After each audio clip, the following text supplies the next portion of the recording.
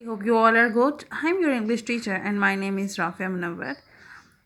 So open your junior English book and the page number is 5. Today's our topic is nouns number.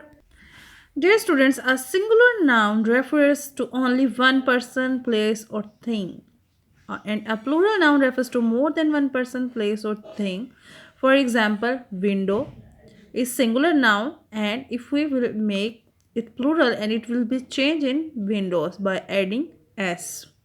So dear students, singular means one and plural means more than one is called plurals. So let's start our chapter. Singular means one and plural means more than one. So let's start our exercise, which is write the plural form for each of the singular nouns below. Follow the instruction on the left of each group. Dear student, on the left side of the page there are some rules to change singular into plurals. So we will follow these rules and we will make plurals. There is first rule, which is we can add s in singular, and by adding s we will make plural. So first word is chief. Dear student, by adding s it will be chiefs. Second word is chimney, and we will add s and it will be chimneys. Now third word is piano. We will be add s and it will be pianos. Now next singular is roof, and by adding s with roof it will be roofs, and it will make plural by adding s and it will be roofs. Now second rule is es. We can make plural by adding es with these singulars. Dear student, first word is cargo. We will add es in cargo. It will be cargos. By making plural, it will be cargos. Now, number second word is echo. And for making plural, we will add es and it will be echoes. Third word is hero. For making plural, we will add es and it will be heroes. Next word is potato. For making plural, we will add es and it will be potatoes. Next word is tomato.